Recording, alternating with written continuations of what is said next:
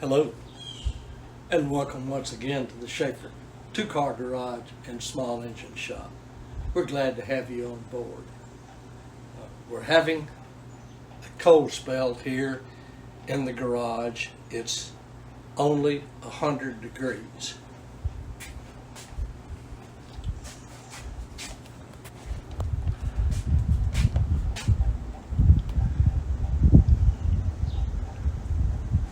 When I was in the garage Saturday, it was 105 degrees. That's fairly warm.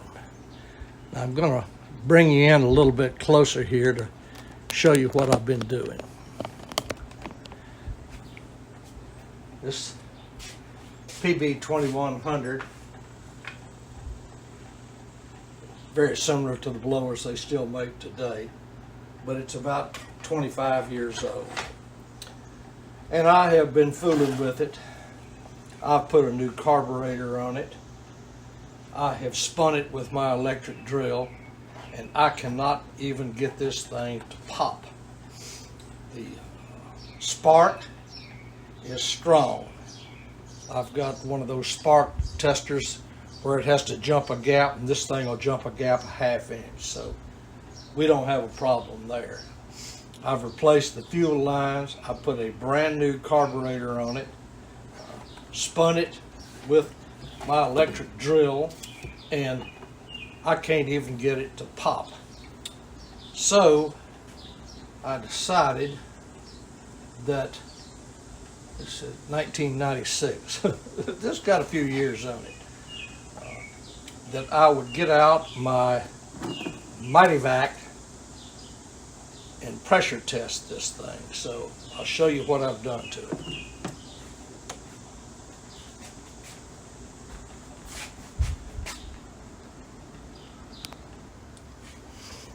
I have made a rubber and aluminum block-off plate here on the muffler, and just a plain rubber block-off plate on the carburetor side. And I first tested it with my Mighty Vac here, and I could not get any pressure into this unit, either pumping air into it or pumping air out of it. And you have to have the piston at bottom dead center, and that opens up the entire crankcase for your pressure test. So I have stripped off a few things, and we're going to take a look, and I believe I have found the issue here. And make sure you can see this good.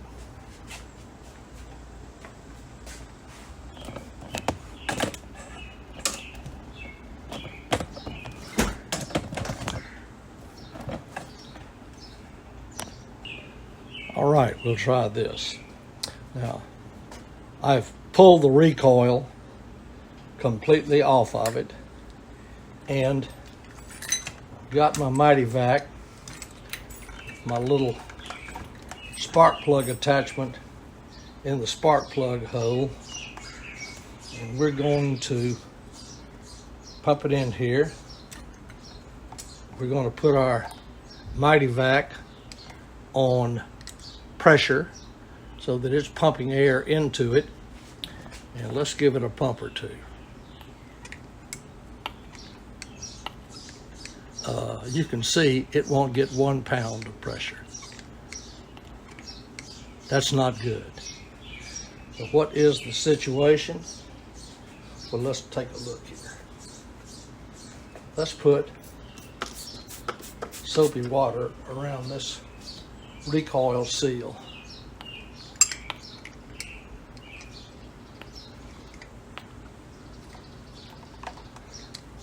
I don't see anything happening there.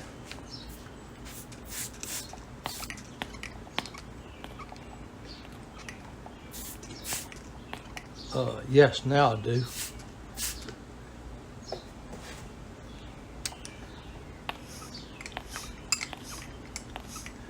You see that big bubble there? That's not supposed to be there. This is supposed to be an airtight seal, and that seal is leaking. I am sure that is the problem. But we're going to have a little seal replacement here to do and see if that solves the problem. I have not even looked on the other side to see if the flywheel side is leaking, but it may be too.